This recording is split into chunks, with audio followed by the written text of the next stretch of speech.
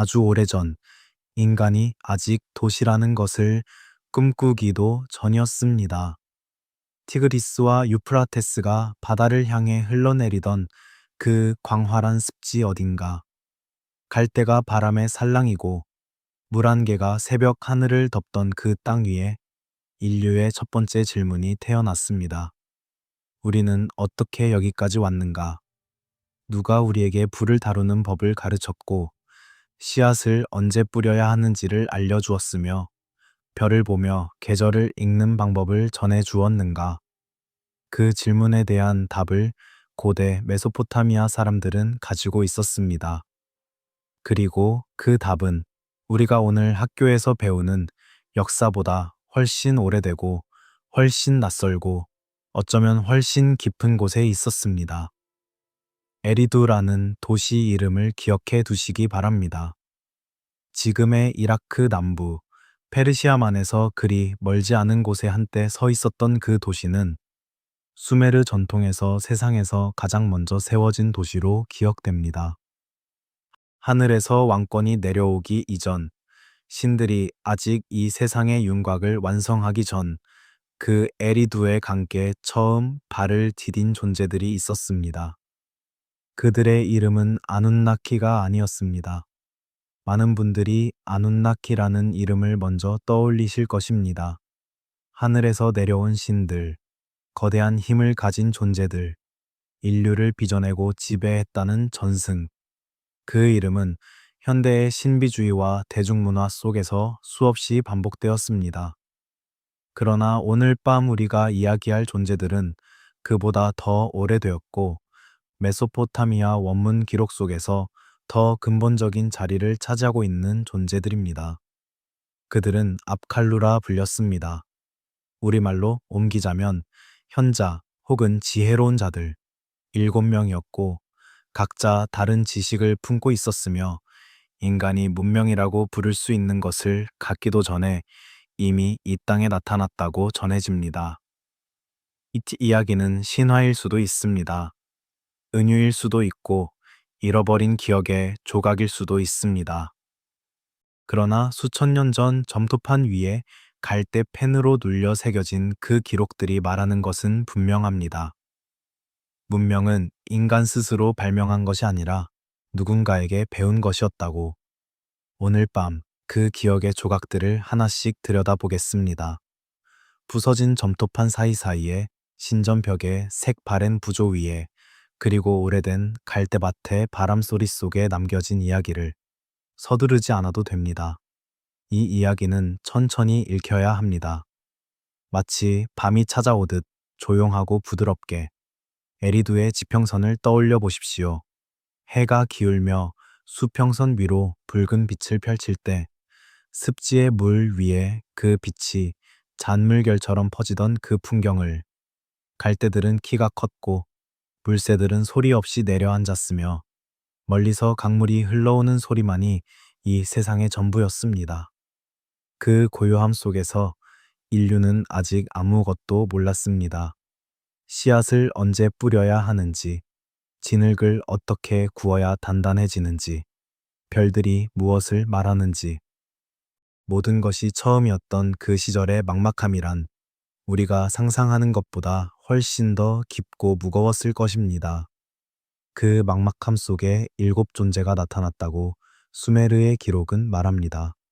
수메르 왕명록이라는 문서가 있습니다. 수천 년 전에 기록된 이 목록은 세상의 왕들을 열거하면서 홍수 이전과 이후를 명확히 구분합니다. 홍수 이전의 왕들은 수만 년씩 다스렸다고 기록되어 있습니다. 그 숫자들이 문자 그대로의 역사인지 아니면 신화적 시간을 표현하는 방식인지에 대해서는 학자들 사이에서 지금도 논의가 이어지고 있습니다. 그러나 중요한 것은 그 왕명록이 왕들의 이름과 함께 또 다른 존재들을 언급한다는 사실입니다. 왕들 곁에, 왕들보다 먼저, 혹은 왕들과 함께 등장하는 지혜의 전달자들, 압칼루, 7현자, 바빌로니아 전통을 정리한 후대의 기록들에도 그들의 이름이 남아 있습니다. 베로수스라는 바빌로니아 사제가 기원전 3세기에 그리스어로 기록한 문서에도 오아네스라는 존재가 바다에서 나와 인간에게 문자와 수학과 건축과 법을 가르쳐 주었다는 이야기가 실려 있습니다. 그 오아네스는 낮 동안 인간들과 함께 지내다 해가 지면 다시 바닷속으로 돌아갔다고 합니다. 음식도 먹지 않고 잠도 자지 않고 오직 가르치기 위해 이 땅에 머물렀다고. 이 이야기가 단순한 신화라 해도 그 안에 담긴 감정만큼은 진실합니다. 인간은 자신들이 너무 많은 것을 너무 빨리 알게 되었다는 것을 느꼈습니다. 그리고 그 느낌은 어딘가에서 배웠다는 기억으로 이어졌습니다. 왜 하필 7이었을까요? 이 질문을 한 번쯤 품고 가시기 바랍니다. 고대 근동에서 7이라는 수는 특별했습니다. 하늘에 보이는 행성이 7이었고 일주일이 7날이었으며 신들의 회의에 참여하는 주요 신들의 수도 7이었습니다. 완전성과 우주적 질서를 상징하는 수였습니다. 그러므로 7현자라는 수는 우연이 아닙니다. 그것은 문명을 이루는 데 필요한 지식 체계가 완전하다는 뜻이었고 우주의 질서와 인간의 삶이 연결되어 있다는 세계관의 표현이었습니다. 농업, 건축, 수학, 제의, 치유, 금속, 천문. 이 7가지 영역은 도시 문명을 가능하게 하는 가장 근본적인 지식들입니다. 그리고 각각의 앞칼루가 그 하나씩을 맡아 인간에게 전했다고 전승은 말합니다. 마치 문명 설계도의 7챕터처럼 이 존재들이 신이었는지 인간이었는지 혹은 그 사이 어딘가의 존재였는지 고대의 기록은 단정짓지 않습니다. 그리고 오늘 밤 우리도 단정짓지 않을 것입니다. 중요한 것은 그들이 무엇이었는가가 아니라 고대인들이 그들을 어떻게 기억했는가입니다. 그 기억 안에 지혜를 이해하는 아주 오래된 방식이 담겨 있기 때문입니다. 점토판은 부서져 있습니다. 부조의 색은 바랬습니다. 신전의 벽들은 모래 속에 묻혀 있습니다. 그러나 우리가 보는 것은 그 조각들 사이에서 희미하게 복원되는 기억입니다. 완전한 그림이 아니라 고대의 손이 남긴 흔적들. 그 흔적을 따라가는 것이 오늘 밤 우리의 여정입니다. 에리두의 밤은 깊습니다. 갈대밭 너머로 별들이 하나둘 모습을 드러냅니다. 아눈나키보다 먼저 인류가 처음 배운 이름들이 있었습니다. 그리고 그 이름들은 어쩌면 7이었는지도 모릅니다. 이제 그 7현자가 어디서 왔는지를 천천히 따라가 보겠습니다. 강물은 늘 높은 곳에서 낮은 곳으로 흐릅니다. 그러나 지혜는 다릅니다. 메소포타미아 사람들이 믿었던 세계 속에서 가장 깊은 지혜는 가장 낮은 곳, 아니 가장 깊은 곳, 땅 아래의 깊은 물에서 솟아올랐습니다. 압수라는 이름이 있습니다. 수메르어와 아카드어로 시면 혹은 담수의 근원을 뜻하는 이 말은 단순한 지하수가 아닙니다. 그것은 세계 아래를 흐르는 원초적인 물, 모든 강과 샘물이 거기에서 비롯된다고 믿어진 신화적 공간입니다. 그리고 그 압수를 다스리는 신이 있었습니다. 에아 혹은 수메르식으로 엔키라 불린 신, 지혜와 마법과 장인 기술의 신, 그리고 무엇보다 물의 신. 에아는 메소포타미아 만신전에서 독특한 위치를 차지합니다. 그는 하늘의 왕 아누처럼 위엄으로 군림하지 않았고 폭풍의 신 엔릴처럼 두려움으로 지배하지 않았습니다. 에아는 꾀를 냈고 가르쳤으며 구해 주었습니다.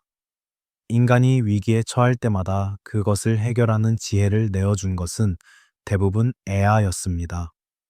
그리고 압칼루, 그 7현자는 바로 이 에아로부터 지혜를 받은 혹은 에아의 세계에서 이 땅으로 건너온 존재들이었습니다. 여기서 중요한 것은 방향입니다. 7현자는 하늘에서 내려온 것이 아니었습니다. 그들은 물 아래에서 올라왔습니다. 이 차이는 매우 의미심장합니다. 하늘에서 온 지혜는 초월적이고 완성되어 있습니다. 그러나 물 아래에서 올라온 지혜는 다릅니다. 그것은 어둡고 깊은 곳에서 시작해 표면을 뚫고 올라와 이 세상 위에서 처음 형태를 갖추는 지혜입니다. 완성된 채로 주어지는 것이 아니라 인간과 함께 세상 위에서 천천히 펼쳐지는 지혜, 에리두를 다시 생각해 봅니다.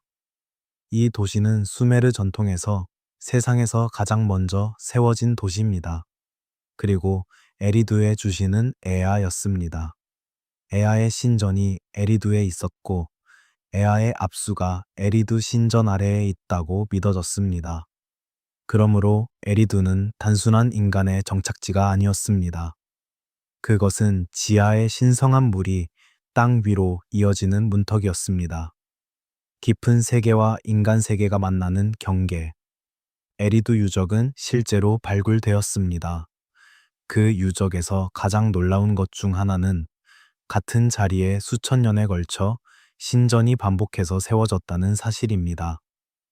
기원전 5000년 무렵부터 시작해 작은 제단 위에 더 큰 신전이, 그 위에 또 더 큰 건물이 겹겹이 세워졌습니다.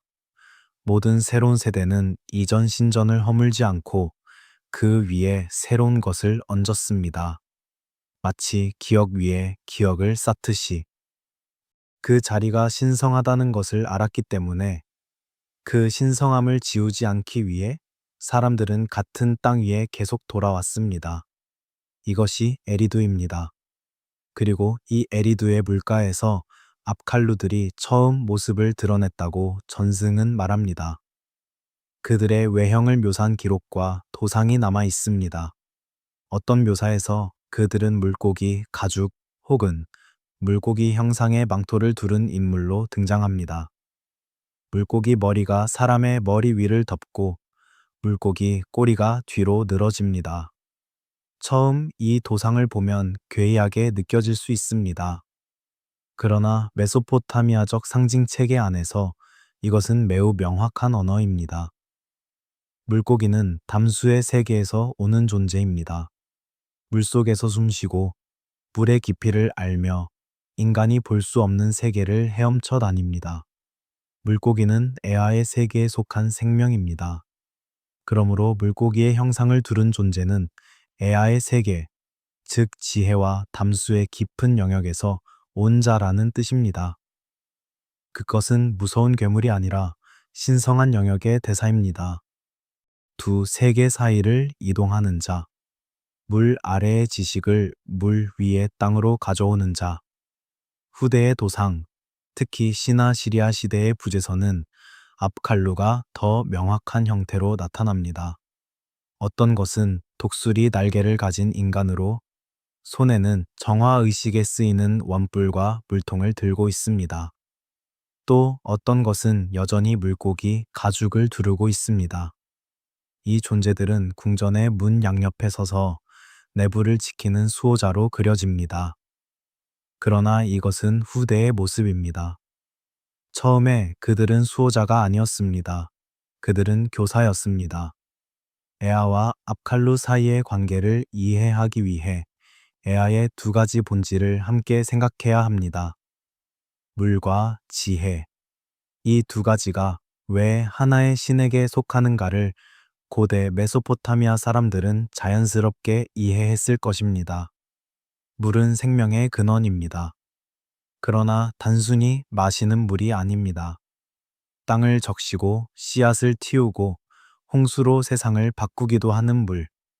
예측할 수 없고 통제하기 어려우며 그러나 없으면 모든 것이 죽는 물. 지혜 역시 그와 같습니다. 쉽게 손에 잡히지 않지만 없으면 인간은 생존조차 어렵습니다. 깊은 곳에 있지만 올라오면 모든 것을 바꿉니다. 에아의 도시 에리두에서 에아의 현자들이 올라왔습니다. 그리고 그들은 담수가 생명을 주는 것처럼 지식을 나누어 주었습니다. 에리두 신전 유적에서 발굴된 물고기 뼈 더미가 있습니다. 수천 년 전 신전 의식에서 물고기가 제물로 바쳐졌다는 증거입니다. 신전과 물, 에아와 어업, 제이와 강이 하나로 연결되어 있었다는 것을 보여줍니다. 인간의 가장 기초적인 식량인 물고기가 동시에 가장 신성한 재물이었다는 것, 먹는다는 것과 경배한다는 것이 이토록 가까이 있었던 세계. 그 세계에서 지혜를 가르치는 자들이 물고기 형상을 띄었다는 것은 어쩌면 당연한 일인지도 모릅니다. 습지의 세계를 조금 더 들여다보겠습니다. 유프라테스와 티그리스가 바다로 흘러드는 지점, 남부 이라크의 광대한 습지는 고대 수메르 문명의 자궁이었습니다. 그 습지는 지금도 일부 남아 있습니다. 갈대밭이 지평선까지 이어지고 물과 땅의 경계가 모호하며 새들이 무리지어 날아다니는 그 공간. 그 공간에서 인간은 갈대로 집을 짓고 배를 만들고 물고기를 잡으며 살았습니다. 그 삶은 단순해 보이지만 물의 리듬을 읽고 계절의 언어를 이해하는 깊은 지식이 필요했습니다. 그 지식이 처음 어디에서 왔는지 고대인들은 물 아래에서 올라온 존재들이 가르쳐 주었다고 믿었습니다. 물고기처럼 두 세계를 오가는 존재들이, 깊은 압수에서 이 세상으로 걸어 나온 현자들이, 지금 이 순간 눈을 감고 그 장면을 상상해 보시기 바랍니다. 새벽 전 아직 하늘이 검은 빛과 남빛 사이를 오가는 그 시간, 안개가 수면을 덮고 갈대들이 바람도 없는데 살짝 흔들립니다. 그리고 물가에서 아주 천천히 형체들이 나타납니다. 인간처럼 걷고 있지만 그 어깨 위로 물이 흘러내립니다. 그들은 아무 말도 하지 않습니다. 그저 걸어 나옵니다. 깊은 곳에서 이 땅으로. 그들 중 첫 번째를 우리는 아다파라고 부릅니다. 그리고 그 이야기는 다음 물가에서 시작됩니다. 아다파라는 이름은 수메르 문명이 낳은 가장 오래된 이름들 중 하나입니다. 그는 단순한 신화 속 인물이 아니었습니다.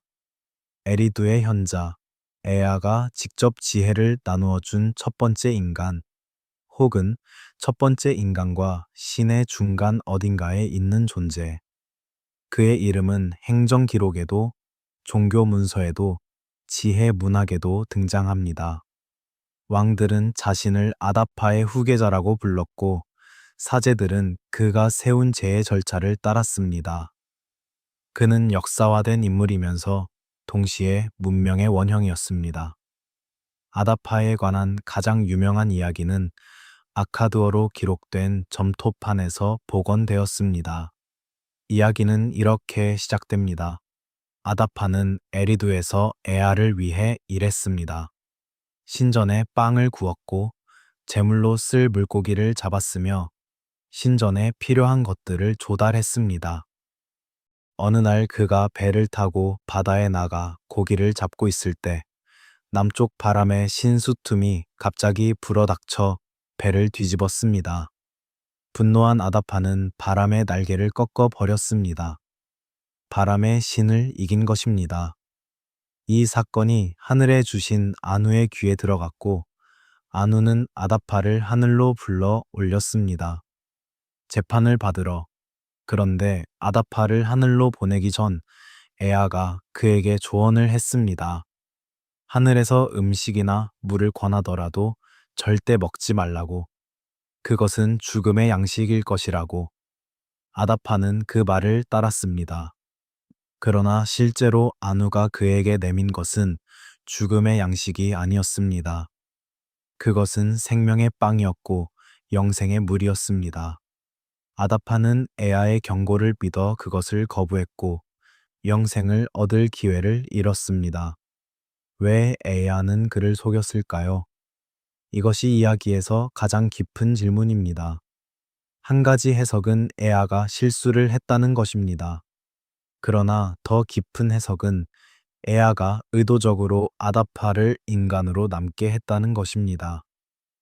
불멸은 인간을 위한 것이 아니라는 것을, 인간이 필멸자로 남아야만 그들은 지혜를 소중히 여기고 다음 세대에게 전하고 그 전승 안에서 의미를 찾을 수 있다는 것을, 영원히 사는 존재에게는 전달해야 할 긴박함이 없습니다.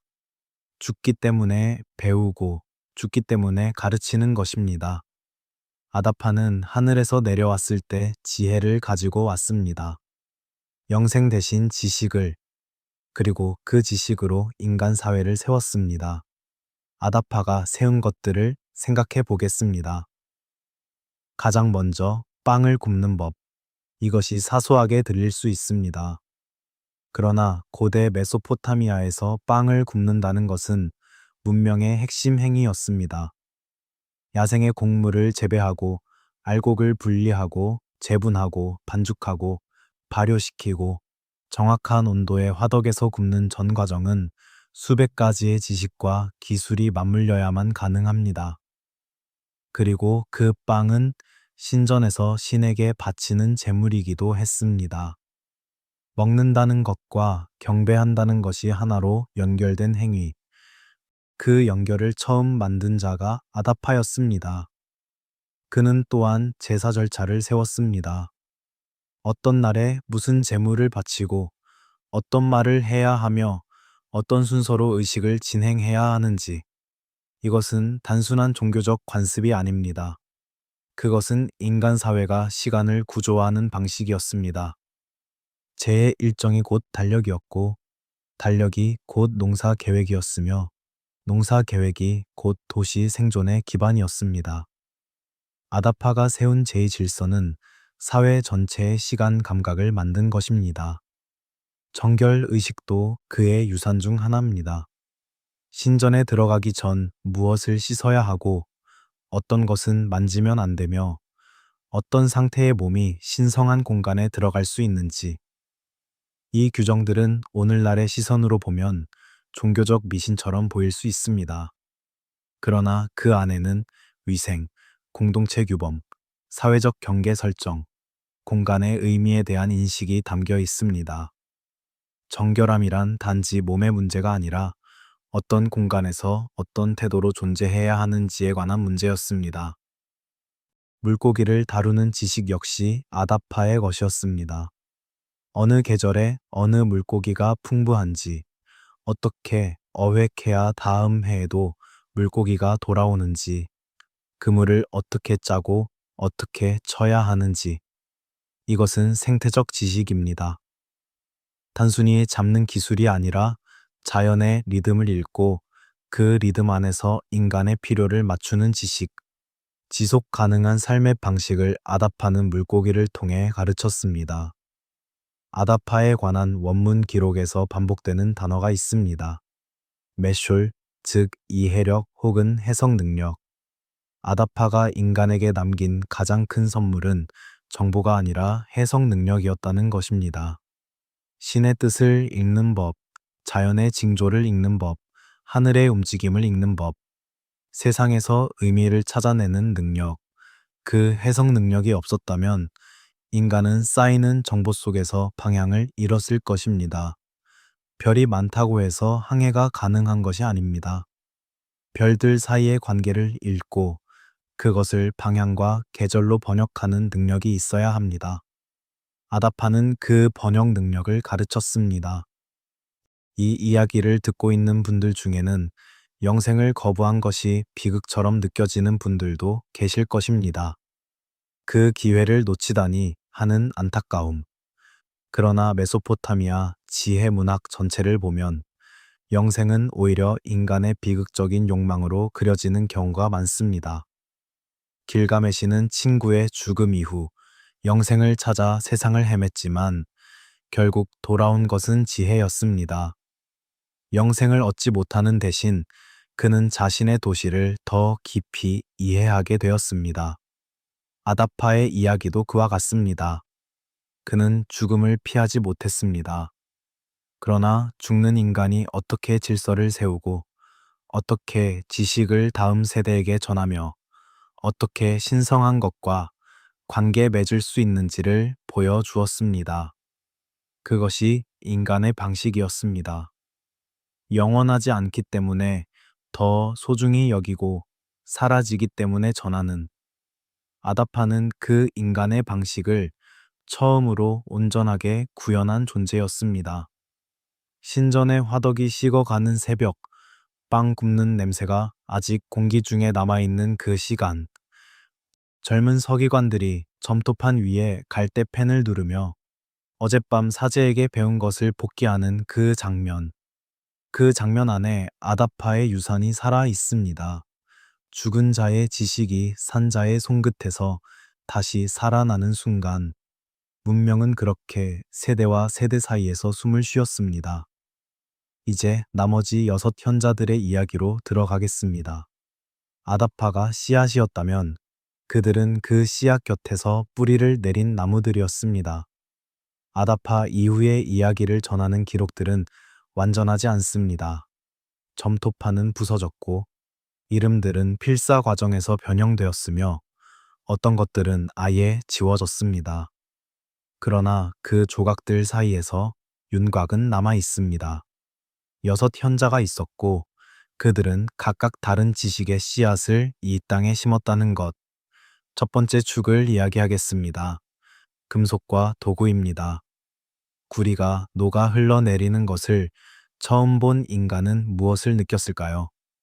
돌처럼 단단하던 것이 불 앞에서 액체가 된다는 경험, 그리고 그 액체를 원하는 형태로 부어 굳히면 전혀 다른 모양의 단단한 물체가 된다는 발견. 그것은 단순한 기술적 발견이 아니었습니다. 그것은 세상이 변환 가능하다는 인식의 전환이었습니다. 고정된 것처럼 보이는 것도 충분한 열과 지식 앞에서는 다른 것이 될 수 있다는 것. 현자들 중 하나는 이 지식의 수호자였습니다. 어떤 돌에서 구리가 나오는지, 어느 정도의 온도에서 무엇이 녹고 무엇이 남는지, 구리와 주석을 어떤 비율로 섞으면 청동이 되는지, 그 청동을 어떻게 두드려야 날이 서는지, 이 지식은 단지 기술자만의 것이 아니었습니다. 청동날이 달린 쟁기는 돌 도구보다 훨씬 깊이 땅을 팔 수 있었습니다.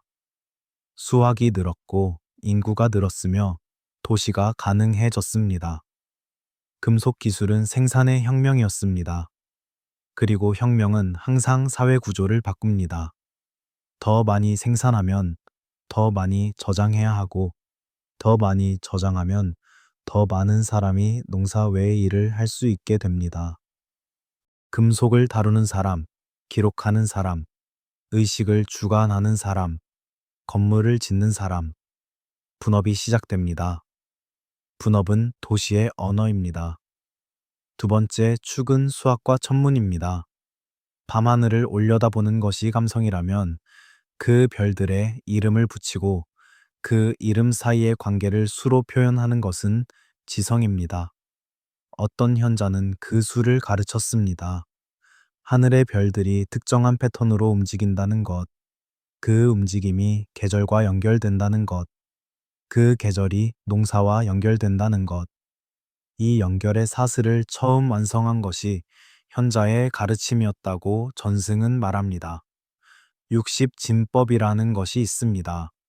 우리가 오늘 시간을 60초, 60분으로 세는 것, 원을 360도로 나누는 것, 이 모두가 4,000년 이상 전 메소포타미아에서 만들어진 체계입니다.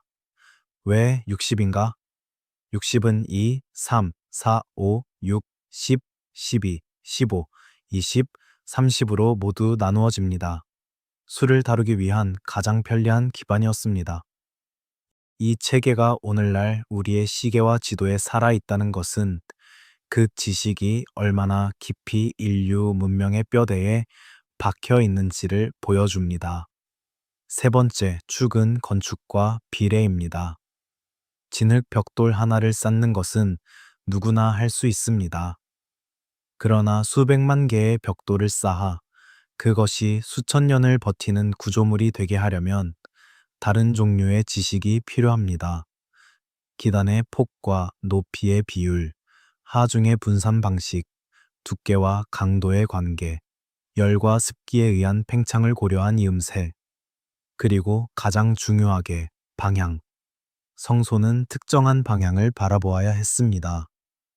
별의 뜨는 방향, 강의 흐름, 신성한 산의 위치. 건축은 단순히 공간을 만드는 것이 아니라 우주의 질서 안에 인간이 서 있을 자리를 만드는 것이었습니다. 지구라트라는 계단식 탑을 생각해 보십시오. 높이 올라갈수록 좁아지는 그 구조. 그것은 단순히 크고 높은 건물이 아닙니다. 그것은 땅에서 하늘로, 인간에서 신으로 이어지는 통로를 형태로 만든 것입니다. 비례와 구조가 세계관 그 자체였습니다.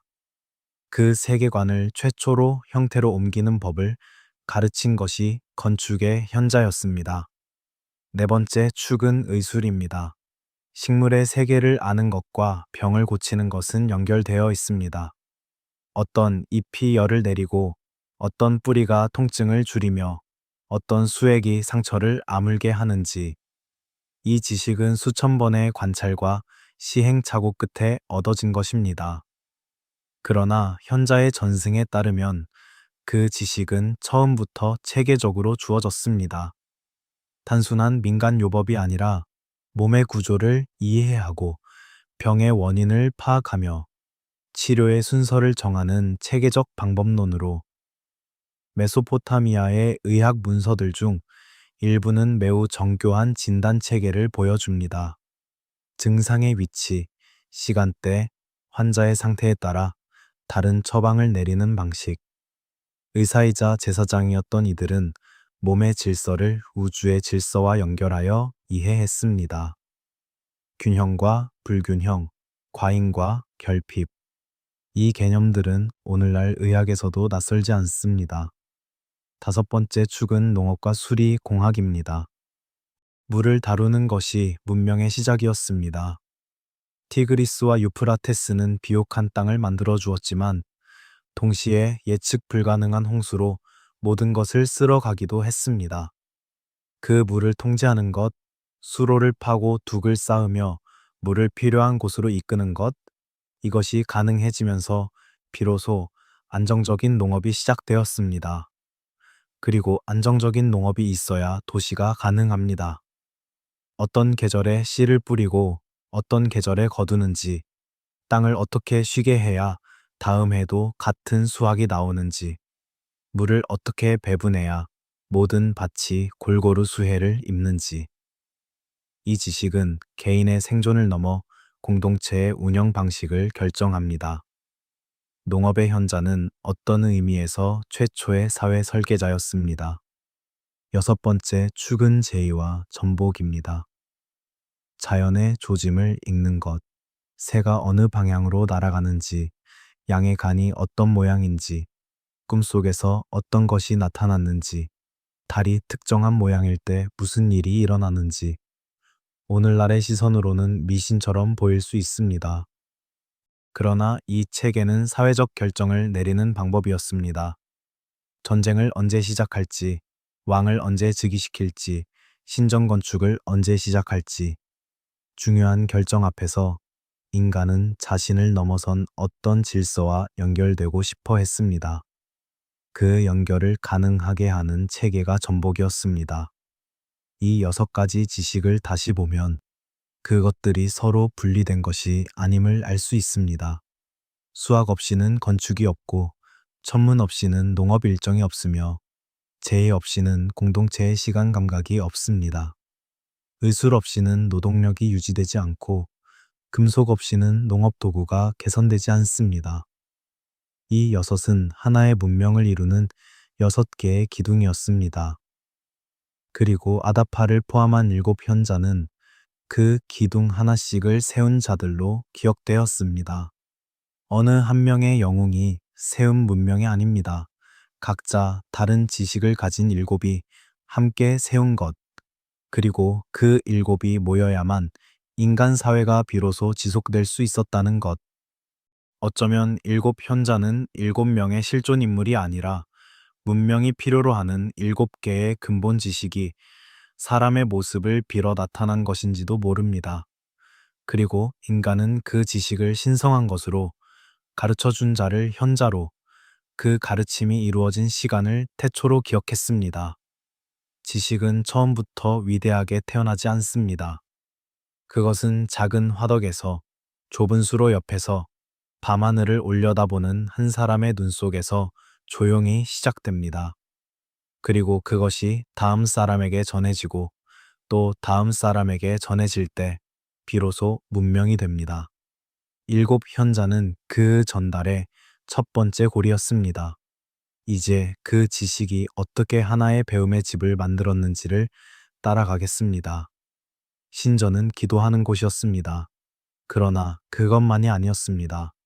에리두의 에야 신전을 생각해 보십시오. 그 신전 안에는 제단이 있었고 재물 창고가 있었으며 사제들의 거처가 있었습니다. 그러나 원문 기록들이 암시하는 것은 그것 이상입니다. 그 신전 안에는 배움이 있었습니다. 수학을 가르치는 공간, 천문 관측이 이루어지는 옥상, 의수를 익히는 방, 문자를 새기는 연습이 반복되는 뜰. 신전은 학교였습니다. 아니, 학교, 실험실, 기록 보관소, 그리고 제 공간이 하나로 합쳐진 복합체였습니다. 이것이 고대 메소포타미아 교육의 본질입니다. 지식은 세속적인 것과 신성한 것이 분리되지 않은 채로 존재했습니다.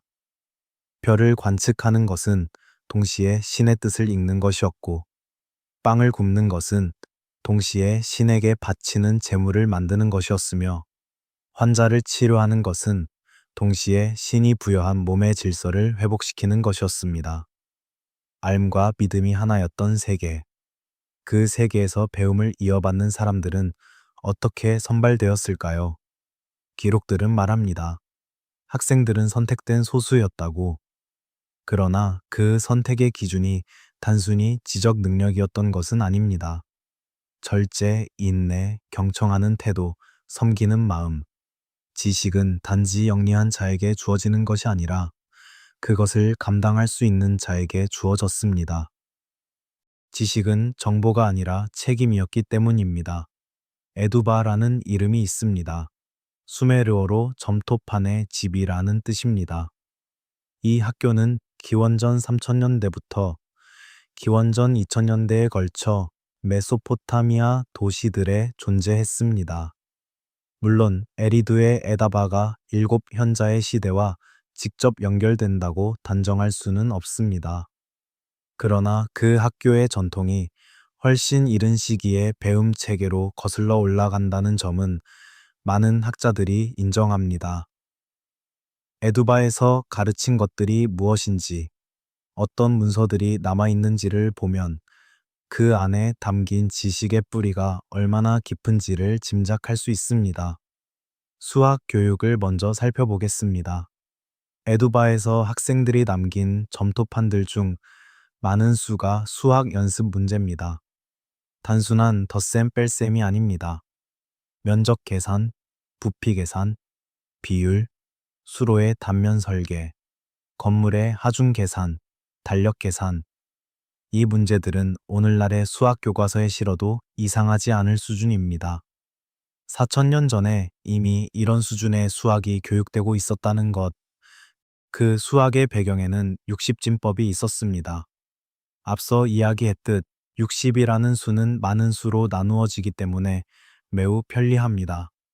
그러나 60진법을 처음 도입하고 체계화한 것이 단순한 편의의 문제만은 아니었을 것입니다. 하늘의 원을 360으로 나누고 그것을 다시 60으로 세분하는 것은 수와 하늘이 연결된다는 사고 속에서 탄생한 체계입니다. 수학은 계산 도구가 아니라 우주의 문법이었습니다. 천문 교육은 어떠했을까요? 학생들은 밤하늘의 별들을 외우고 그 움직임을 관찰하며 계절의 변화를 예측하는 법을 배웠습니다. 이것은 낭만적인 별 구경이 아니었습니다. 언제 파종해야 하는지, 언제 강이 범람하는지, 언제 제의를 열어야 하는지. 천문 관측은 농업 계획과 재해 일정과 국가 행정을 모두 가능하게 하는 기반 지식이었습니다. 하늘을 읽는 자가 땅의 리듬을 결정했습니다. 별들에도 이름이 있었습니다. 그리고 그 이름들은 단순한 기호가 아니었습니다.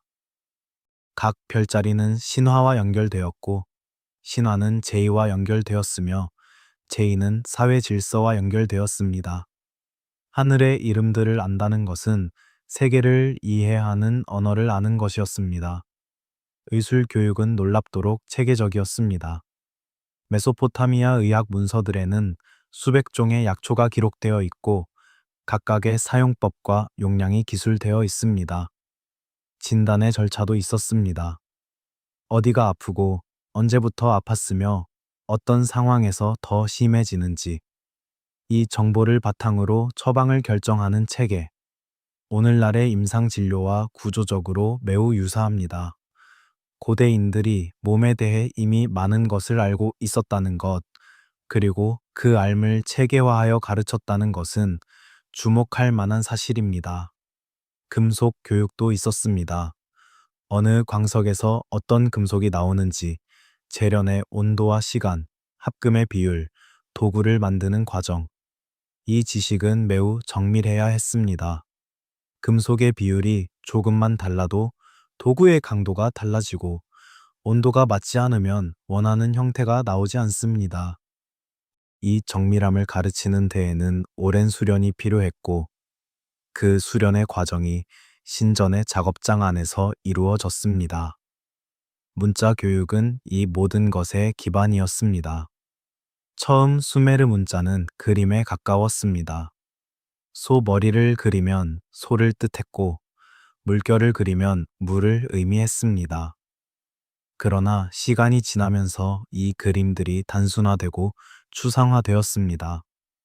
갈대 펜으로 젖은 점토 위에 눌러서 만드는 쐐기 모양의 자국들이 복잡한 소리와 개념을 표현할 수 있게 되었습니다.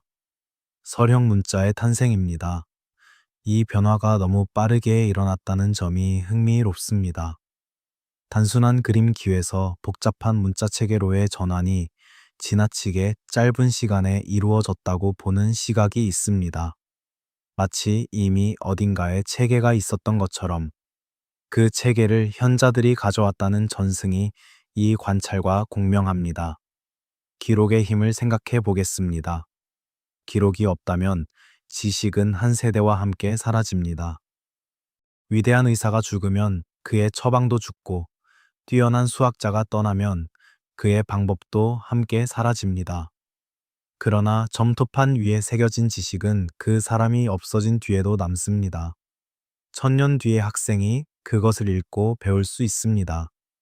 기록은 시간을 넘는 다리입니다. 아다파의 아들들이라는 표현이 있습니다. 문자 그대로의 아들이 아니라 그의 가르침을 이어받은 자들을 뜻합니다. 서기관들, 사제들, 의사들, 천문학자들. 그들은 아다파가 에리두에서 시작한 전통의 계승자였습니다. 그리고 그들을 통해 지식은 세대를 넘어 흘렀습니다. 왕들은 기념비를 세웁니다. 정복자들은 도시를 불태웁니다.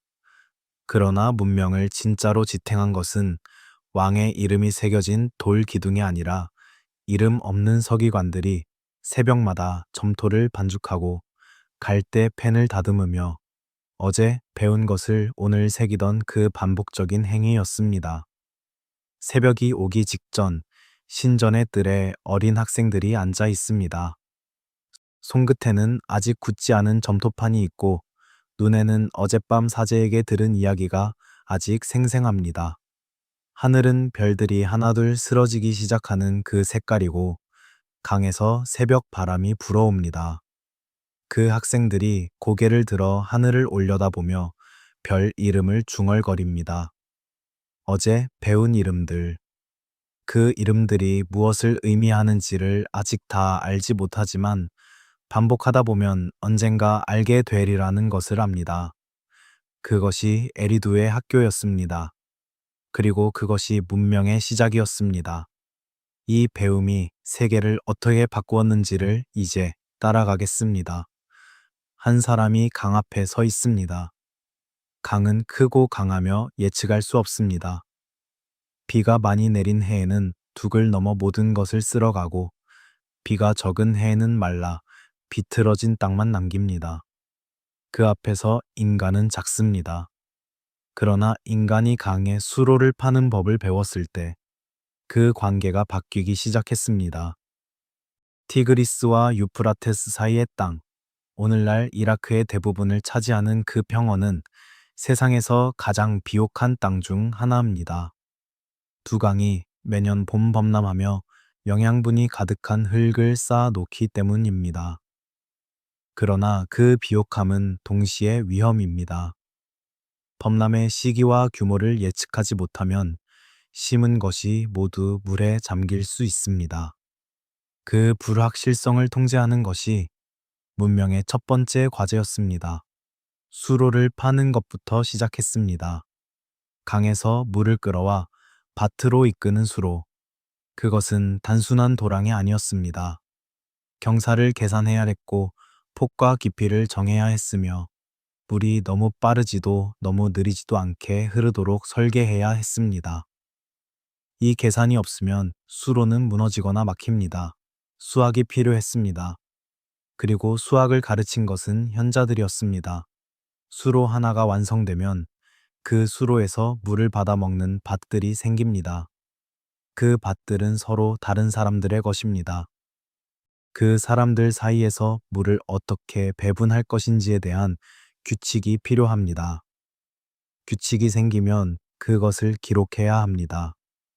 기록이 생기면 그것을 관리하는 사람이 필요합니다. 관리자가 생기면 그 관리자에게 어떤 권위를 줄 것인지에 대한 합의가 필요합니다. 하나의 수로에서 사회제도의 씨앗이 자라납니다. 농업의 효율이 높아지면 인격 생산물이 생깁니다. 먹고 남는 것, 그것을 어디에 보관할 것인가? 창고가 생깁니다. 창고에 무엇이 있는지 어떻게 알 것인가? 기록이 필요합니다. 처음에는 작은 점토 구슬들로 물건의 수를 표시했습니다. 그러다 그 구슬들을 점토판 위에 자국으로 남기는 방법이 생겼습니다. 그 자국들이 점점 복잡해지면서 문자가 되었습니다. 서령 문자는 회계 장부에서 시작했습니다. 창고에 보리가 몇 덩이, 기름이 몇 항아리. 이것이 문자의 첫 번째 용도였습니다. 그러다 그 문자가 이름을 기록하는 데 쓰이고 다음에는 사건을 기록하는 데 쓰이며 마침내 이야기와 기도와 법률과 역사를 담는 그릇이 되었습니다. 회계에서 시작한 문자가 인류의 기억을 담는 도구가 된 것입니다. 이 변화가 너무 빠르게 보인다고 느끼는 분들이 계실 것입니다. 그리고 실제로 메소포타미아 문명의 발전 속도는 현대 학자들도 놀라게 합니다. 기원전 4000년대 후반, 불과 수백 년 사이에 문자, 수레, 도시, 사원, 관료 제도가 함께 등장합니다. 마치 어딘가에 이미 청사진이 있었던 것처럼 일곱 현자의 이야기는 이 질문에 대한 고대인들의 답이었습니다. 청사진은 있었다. 그리고 그것을 가져다 준 자들이 있었다. 수학이 도시를 만든 방식을 조금 더 따라가겠습니다. 수학이 늘어나면 세금이 생깁니다. 세금을 거두려면 각 농가가 얼마나 생산했는지를 알아야 합니다. 밭의 크기를 측정해야 하고 수확량을 추정해야 하며 세율을 계산해야 합니다. 이 모든 것이 수학 없이는 불가능합니다. 세금을 거두는 자들이 생기고 그들이 왕의 권위를 대리하며 도시 국가의 행정 체계가 형성됩니다. 건물을 짓는 것도 수학에 달려 있었습니다. 지구라트의 각 층이 얼마나 좁아져야 하는지, 기단이 얼마나 두꺼워야 위의 무게를 버티는지, 계단의 경사가 얼마나 되어야 사람이 오를 수 있는지, 이 계산이 틀리면 건물이 무너집니다. 수학은 사치가 아니라 생존의 조건이었습니다. 천문학이 국가 행정과 연결되는 방식도 있었습니다. 왕의 즉위식, 신전의 봉헌, 대규모 전쟁의 시작은 반드시 길한 날에 행해져야 했습니다. 그 길한 날을 결정하는 것이 천문 관측이었습니다. 별의 위치, 달의 모양, 행성의 궤도, 이것들을 읽을 수 있는 자들이 왕의 곁에 있었습니다. 그들이 있어야 왕은 제때 결정을 내릴 수 있었고 그 결정은 신의 뜻과 일치하는 것으로 여겨졌습니다.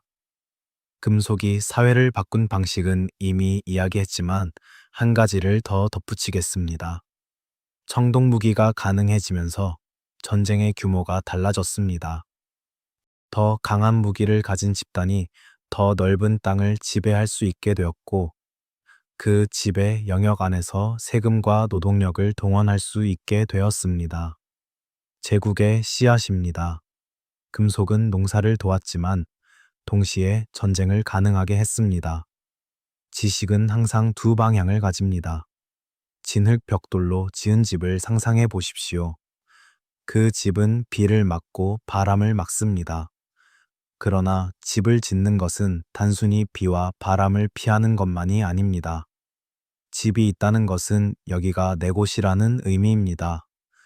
이 땅에 내가 뿌리를 내렸고 이 자리에서 계절을 보내겠다는 선언입니다. 집은 정착의 선언이자 문명의 첫 번째 문장입니다. 그 집들이 모여 거리가 되고 거리가 모여 도시가 됩니다. 도시 안에서 사람들은 서로 다른 일을 합니다.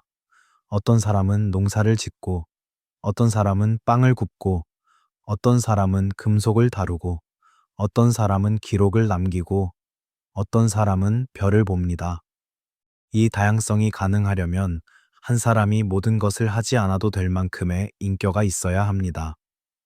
그 인격은 농업에서 왔고, 농업은 수로에서 왔으며, 수로는 수학에서 왔습니다. 문명은 하나의 씨앗에서 자라지 않습니다. 서로 다른 씨앗들이 같은 땅에서 함께 자라야 합니다. 수학과 농업과 금속과 문자와 천문이 같은 시대에 같은 곳에서 함께 발전해야 비로소 도시가 됩니다. 일곱 현자의 이야기는 그 동시성을 설명하는 방식이었습니다. 그들이 함께 왔기 때문에 문명이 한꺼번에 꽃피울 수 있었다는 것. 밤하늘 아래 반짝이는 강물, 점토판 위에 새겨지는 숫자, 화덕에서 다궈지는 금속, 멀리서 들려오는 신전의 낮은 소리. 이 모든 것이 같은 밤에 같은 도시 안에서 일어나고 있습니다. 문명은 어느 날 갑자기 빛난 것이 아니었습니다. 배운 것들이 조용히 서로를 불러내며 천천히 태어났습니다.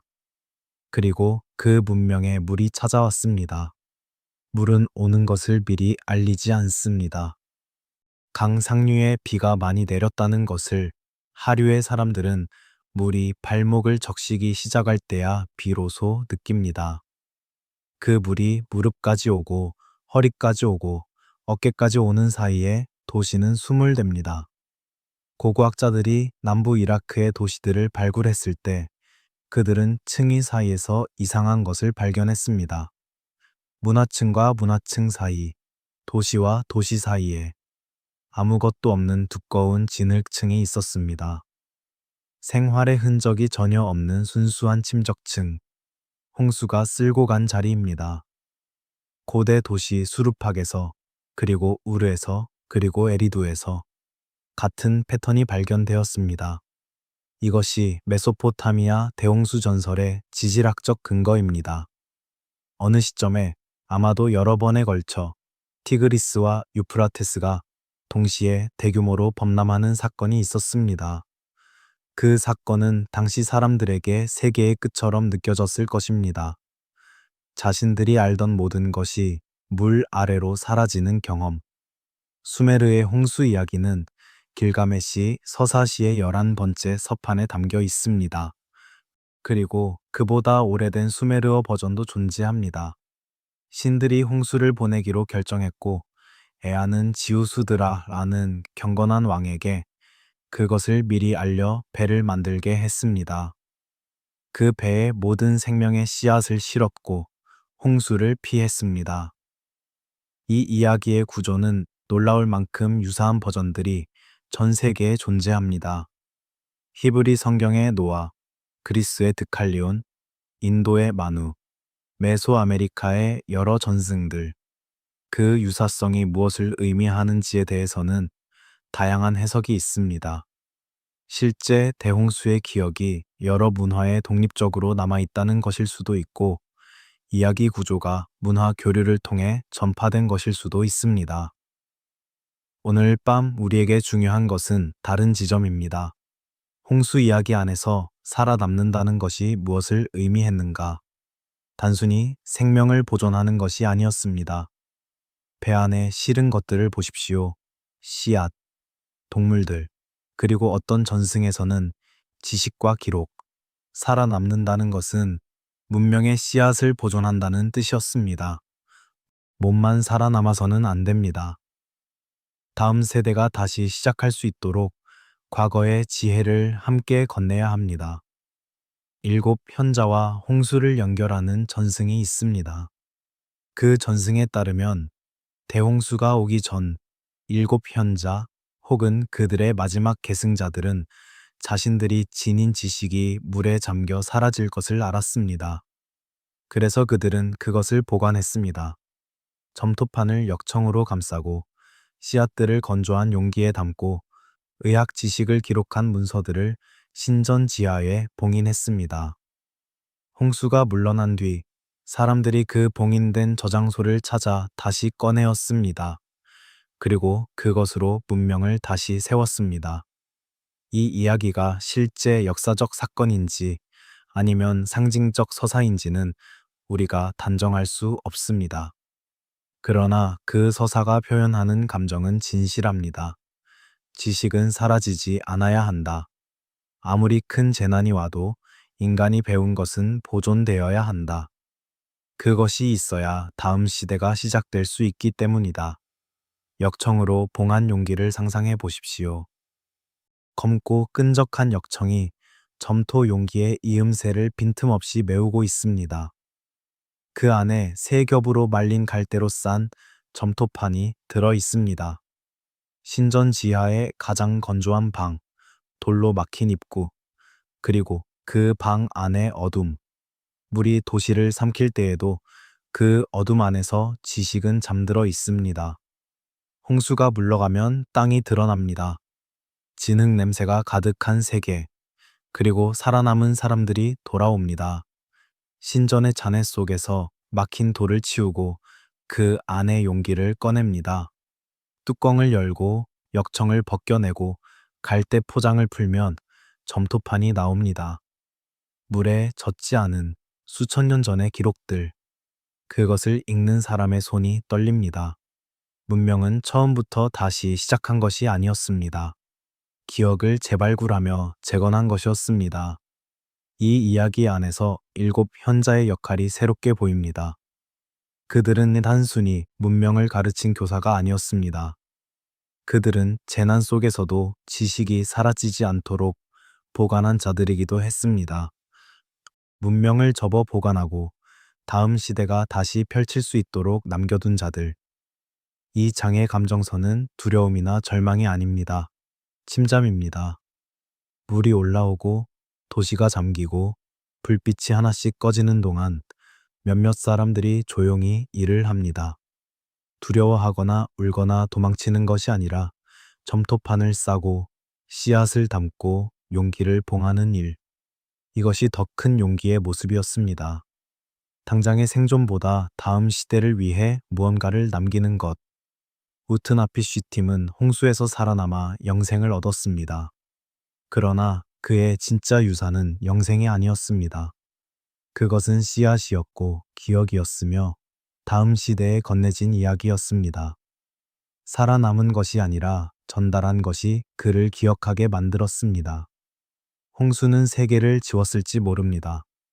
그러나 현자들이 남겨둔 것들은 지워지지 않았습니다. 물이 물러나면 반드시 다시 해가 뜨고 그 해 아래서 사람들은 다시 점토판을 꺼내 읽을 것이라는 믿음. 그 믿음이 있었기 때문에 그들은 봉인하는 일을 멈추지 않았습니다. 지혜가 다시 떠오를 길은 남겨져 있었습니다. 그리고 홍수 뒤의 세계에서 7현자는 다른 모습으로 돌아옵니다. 시간은 모든 것을 변형합니다. 사람도, 이야기도, 기억도. 수메르의 도시들이 아카드에 흡수되고 아카드가 바빌로니아로 이어지며 그 위에 아시리아가 제국을 세우는 동안 일곱 현자의 이야기도 변했습니다. 초기 전승에서 압칼루는 교사였습니다. 인간 곁에 앉아 함께 별을 보고 수로를 파는 법을 가르치며 빵을 굽는 비율을 알려준 존재들. 그들의 모습은 친밀하고 가까웠습니다. 그러나 세월이 흐를수록 그들은 점점 더 높은 곳으로 올라갔습니다. 아카드 시대를 거치며 압칼루는 더 초자연적인 능력을 부여받기 시작했습니다. 바빌로니아 시대에 이르면 그들은 단순한 문화 영웅이 아니라 신적 존재와 인간 사이의 중개자로 묘사됩니다. 그리고 신아시리아 시대, 기원전 9세기에서 7세기 사이, 그들은 마침내 궁전의 문을 지키는 수호자가 됩니다. 니네베, 니무르드, 코르사바드의 아시리아 궁전 유적들을 발굴하면서 고고학자들은 놀라운 것을 발견했습니다. 궁전의 주요 출입구 갱옆에 거대한 돌 부조들이 서 있었습니다. 어떤 것은 인간의 몸에 독수리 날개를 가진 존재였고, 어떤 것은 물고기 가죽을 두른 인물이었으며, 손에는 원뿔 모양의 도구와 물이 담긴 통을 들고 있었습니다. 이것이 압칼루였습니다. 이제 그들은 문 앞에 서서 들어오는 것들을 정화하고 악을 막는 역할을 맡고 있었습니다. 그 변화를 생각해 보겠습니다. 처음에는 가르치는 자였던 존재가 이제는 지키는 자가 되었습니다. 이 전환은 단순한 신화적 변이가 아닙니다. 그것은 제국이 지식을 어떻게 사용했는지를 보여줍니다. 함무라비 법전을 기억하십니까? 바빌로니아의 왕 함무라비는 자신의 법률을 돌기둥 위에 새기며 법의 신 샤마시로부터 직접 그것을 받았다고 선언했습니다. 왕의 권위는 신성한 근원으로부터 온다는 것. 마찬가지로 아시리아의 왕들은 자신들의 권위가 오래된 지혜의 계승에서 온다고 주장했습니다. 그 오래된 지혜의 상징이 바로 압칼루였습니다. 우리 왕의 궁전문을 지키는 것은 태초의 현자들이다. 이 권력은 태고의 권위에서 비롯된다. 사르곤 이 세의 궁전, 두르샤루킨, 기원전 8세기에 세워진 이 거대한 복합 건물에서 압칼루의 이미지는 어디에나 있었습니다. 문 앞에, 벽면에, 의식 공간에. 그것은 장식이 아니었습니다. 그것은 권력의 언어였습니다. 이 도시는 신성한 보호 아래 있다. 이 왕은 태초의 질서의 계승자다. 권력은 항상 기원을 필요로 합니다. 어제부터 왕이었다고 말하는 것은 약합니다.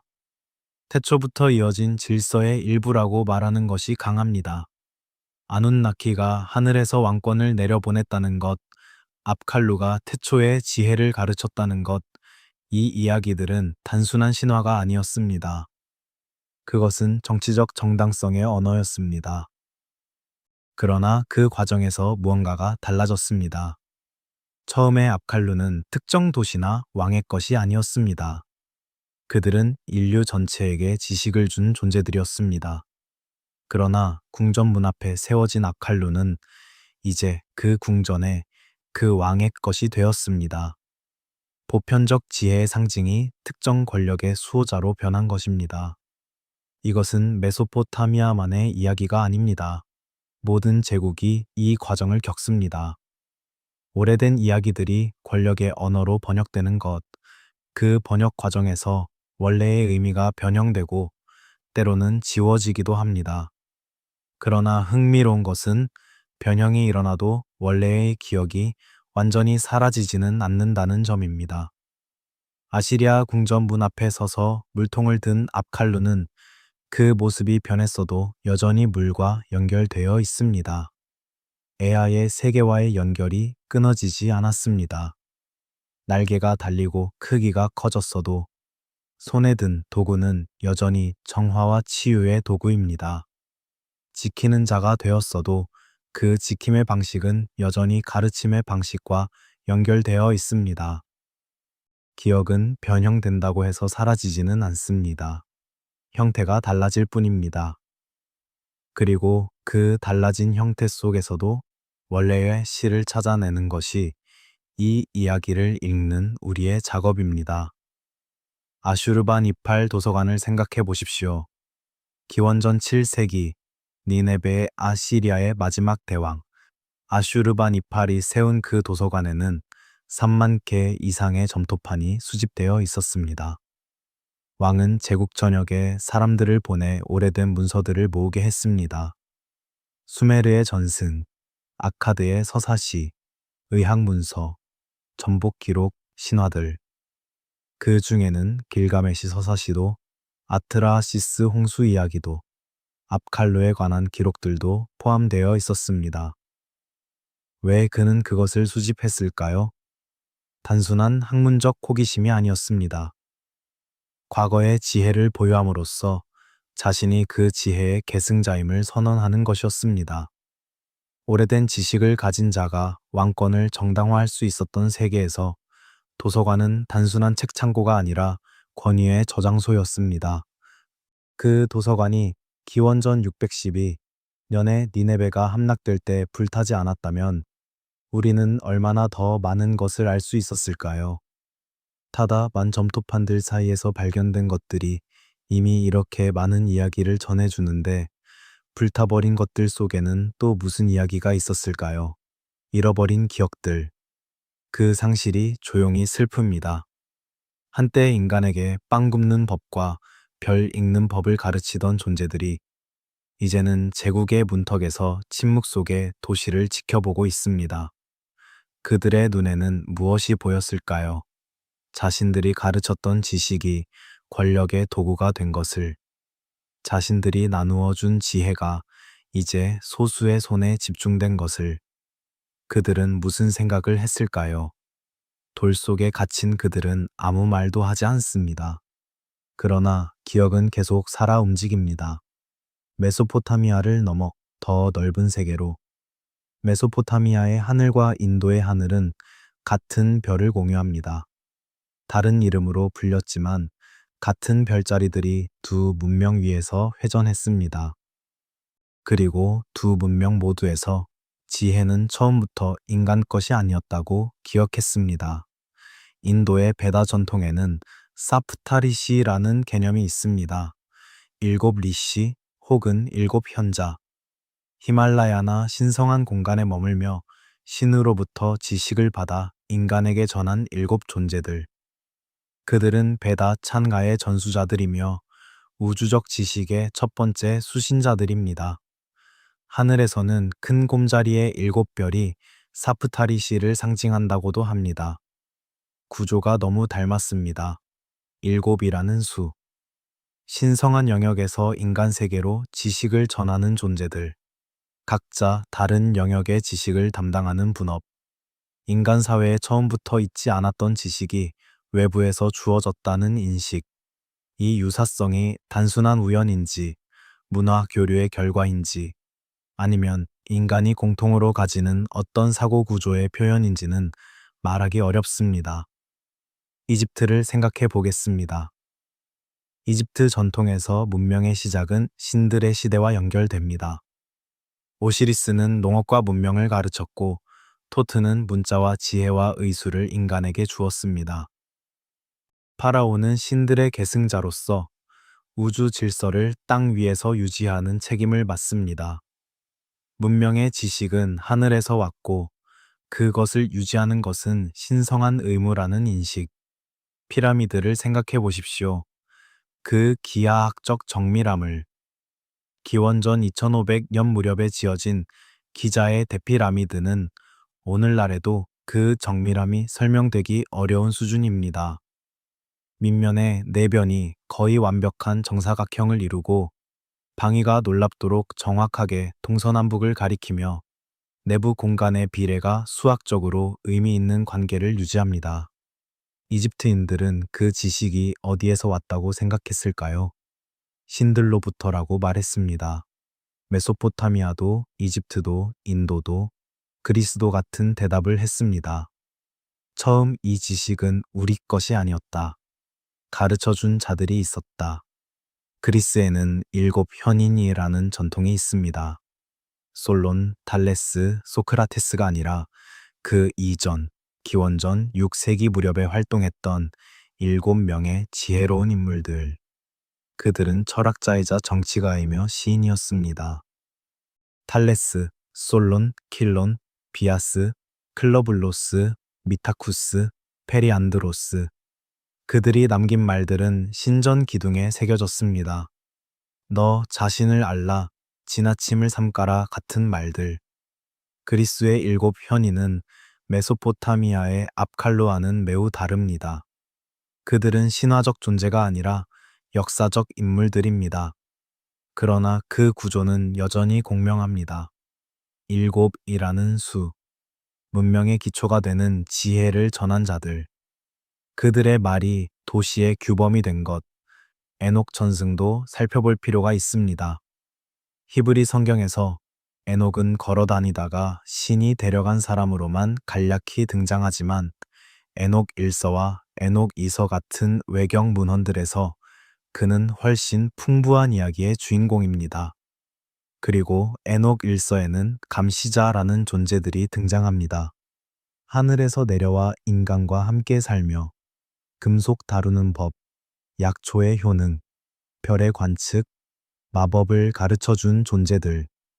그러나 그 가르침이 너무 많이, 너무 빨리 주어졌기 때문에 세상이 타락했다는 서사로 이어집니다. 여기서 흥미로운 반전이 있습니다. 메소포타미아 전승에서 압칼루의 지식 전수는 긍정적으로 그려집니다. 문명의 시작, 지혜의 선물. 그러나 에녹 전통에서 감시자들의 지식 전수는 금지된 것을 주는 행위, 세상을 타락시키는 원인이 됩니다. 같은 구조의 이야기가 문화에 따라 정반대의 평가를 받는 것. 이것은 각 문명이 지식 그 자체에 어떤 태도를 가졌는지를 보여줍니다. 지식은 선물인가, 위험인가? 메소포타미아는 선물이라고 말했습니다. 에덴 동산 이야기는 위험이라고 말했습니다. 이 두 관점 사이의 긴장은 오늘날까지도 인류 문화 안에 살아 있습니다. 비교 전승의 영역에서 또 하나 주목할 것이 있습니다. 지중해 세계와 메소포타미아 사이의 교류입니다. 이 두 세계는 고립되어 있지 않았습니다. 레반트 해안을 통해, 아나톨리아를 통해, 에게 해를 통해 물자와 사람과 이야기가 이동했습니다. 우가리트의 신화, 히타이트의 기록, 페니키아의 상업 문서들은 이 교류의 증거들입니다. 그러므로 메소포타미아의 압칼루 전승이 그리스에서 변형된 모습으로 나타났다고 해서 놀랄 것은 없습니다. 이야기는 항상 이동합니다. 강을 건너고 산을 넘으며 언어가 달라지고 세부 내용이 바뀌어도 핵심 구조는 오래도록 남습니다. 모든 문명이 저마다 다른 언어로 같은 질문을 했습니다. 우리는 어디에서 이것을 배웠는가? 누가 처음 가르쳐 주었는가? 왜 지혜는 항상 신성한 무언가와 연결되어 있는가? 그 질문에 대한 답들이 서로 달랐다는 것이 어쩌면 가장 인간적인 것인지도 모릅니다. 같은 별을 보며 다른 이름을 부른 것처럼, 같은 경이로움 앞에서 다른 이야기를 만들어낸 것처럼, 문명의 첫 스승은 이름만 달리할 뿐 많은 문화 속에서 비슷한 얼굴로 나타납니다. 그 얼굴들 너머에서 우리는 지금 무엇을 보고 있는 것일까요? 이제 마지막으로 현재의 우리로 돌아와 생각해 보겠습니다. 에리두의 유적지는 오늘날 이라크 남부의 사막 안에 있습니다. 한때 강이 흐르고 습지가 펼쳐졌던 그 자리에 이제는 모래바람이 붑니다. 지하 수면이 낮아졌고 강은 방향을 바꾸었으며 가을대밭은 사라졌습니다. 세상에서 가장 먼저 세워진 도시라고 기억되는 그곳은 이제 아무도 살지 않는 황무지입니다. 그러나 그 모래 아래에 점토판들이 있습니다. 그 점토판들은 수천 년의 시간을 가로질러 우리에게 이야기를 전합니다. 갈대펜이 눌러 만든 쐐기 모양의 자국들이 오늘날 학자들의 눈 아래서 다시 소리를 냅니다. 고대의 손이 남긴 흔적이 현대의 손을 통해 읽힙니다. 일곱 현자의 이야기를 어떻게 이해해야 할까요? 먼저 우리가 알고 있는 것들을 정리해 보겠습니다. 메소포타미아에는 압칼루라 불리는 지혜로운 존재들에 관한 전승이 실제로 존재했습니다. 그 전승은 점토판에 기록되었고 신전의 부조에 새겨졌으며 의식 문서에 언급되었습니다. 그것은 후대에 만들어진 것이 아니라 수메르 문명의 가장 이른 시기부터 이어진 전통이었습니다. 에리두라는 도시는 실제로 존재했고 실제로 발굴되었습니다. 같은 자리에 수천 년 동안 신전이 반복해서 세워진 것도 고고학적 사실입니다. 홍수층이 여러 유적지에서 발견된 것도 사실이고 서형 문자가 놀랍도록 빠르게 복잡한 형태로 발전했다는 것도 많은 학자들이 주목하는 현상입니다. 그러나 일곱 현자가 실제로 실존했는지, 그들이 정말 물 아래에서 올라온 초인간적 존재였는지는 우리가 알 수 없습니다.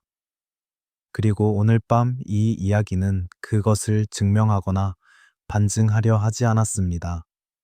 더 중요한 질문은 다른 곳에 있습니다. 왜 고대인들은 이 이야기를 만들었는가?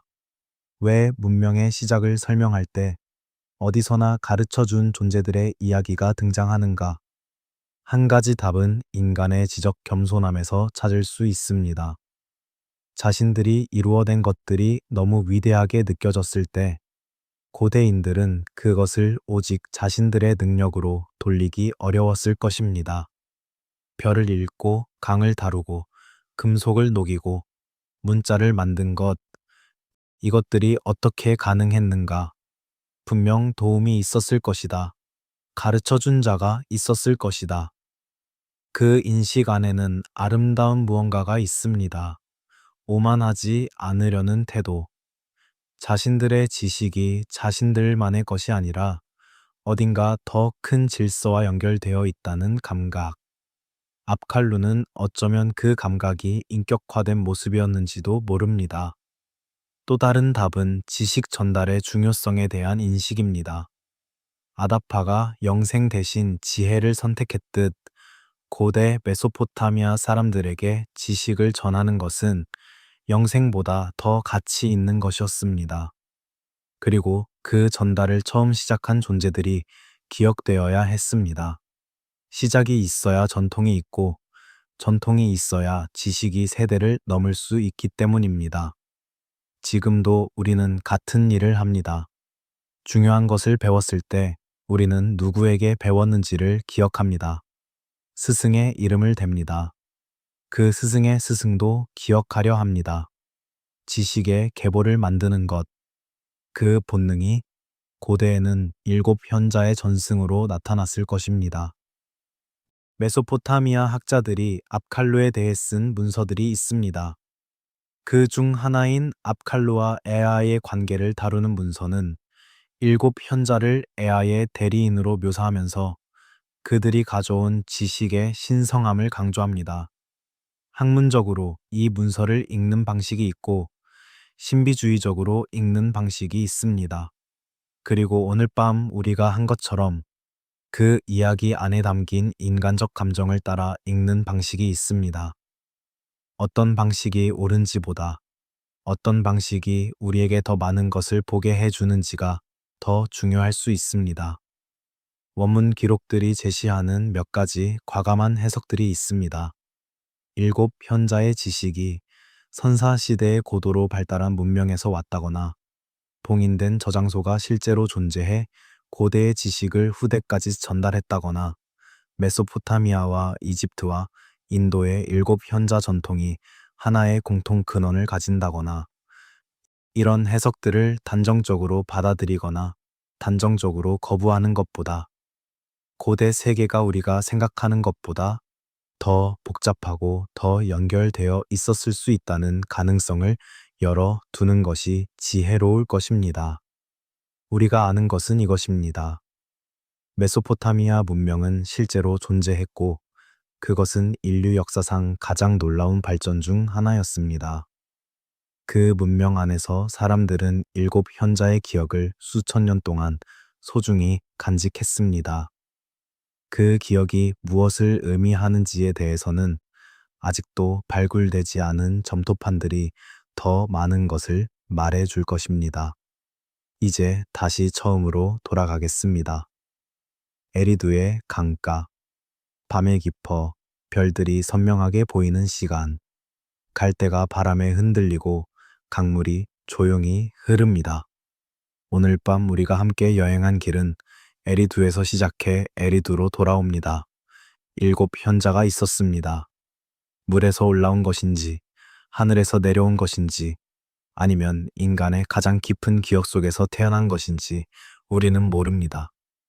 그러나 그들이 가르쳤다고 전해지는 것들, 빵을 굽는 법, 별을 읽는 법, 수로를 파는 법, 병을 고치는 법, 금속을 다루는 법, 건물을 짓는 법, 기록을 남기는 법, 이것들은 실제로 우리 안에 살아 있습니다. 수천 년이 흘렀지만 그 지식의 흔적은 우리가 오늘 먹는 빵 속에, 우리가 보는 시계 속에, 우리가 걷는 도시 속에 있습니다. 우리는 고대의 기록을 읽으며 사실을 찾습니다. 무엇이 실제였는지, 무엇이 신화였는지. 그러나 어쩌면 그와 동시에 우리는 잃어버린 기원을 찾고 있는지도 모릅니다. 우리가 어디에서 왔는지, 누가 처음 이것들을 가르쳐 주었는지, 왜 지혜는 언제나 신성한 것처럼 느껴지는지, 그 질문들은 수천 년이 지난 오늘에도 우리 안에 살아 있습니다. 별빛 아래 갈대가 흔들립니다. 강물이 조용히 흐릅니다. 멀리서 신전 불빛이 희미해져 갑니다. 그리고 물가 어딘가에서 첫 번째 교사들이 다시 물속으로 사라지는 듯합니다. 그들은 이미 필요한 것을 모두 남겼습니다. 어쩌면 문명을 만든 것은 돌과 벽돌이 아니라 누군가가 아주 오래전 조용히 건네준 한 줄의 가르침이었는지도 모릅니다. 오늘 밤 이 이야기가 여러분에게 조용한 경이로움을 남겨주었으면 합니다. 역사는 때로 교과서의 날카로운 언어보다 이렇게 밤에 속삭이는 이야기로 더 깊이 스며들기도 합니다. 고대의 강물 소리, 점토판을 만지는 손의 감촉, 새벽 별이 지기 전 하늘의 색깔. 그 모든 것이 우리와 이어져 있다는 감각 속에서 편히 쉬시기 바랍니다. 이런 이야기들을 앞으로도 계속 함께 나누고 싶습니다. 채널을 구독해 주시면 새로운 역사의 밤이 찾아올 때마다 가장 먼저 만나보실 수 있습니다. 그리고 이 여정이 의미 있었다면 후원으로 함께 해주시는 분들 덕분에 더 깊은 곳의 이야기들, 아직 번역되지 않은 점토판들, 잊혀진 문명들의 목소리를 계속 찾아갈 수 있습니다. 오늘 밤은 여기에서 쉬어가겠습니다. 갈대밭 너머로 강이 흐르고 별들은 천천히 서쪽으로 기웁니다. 에리두는 잠들었습니다. 그러나 그 아래의 기억들은 잠들지 않습니다. 우리가 다시 찾아갈 때까지 조용히 기다리고 있을 것입니다. 편안한 밤 되십시오.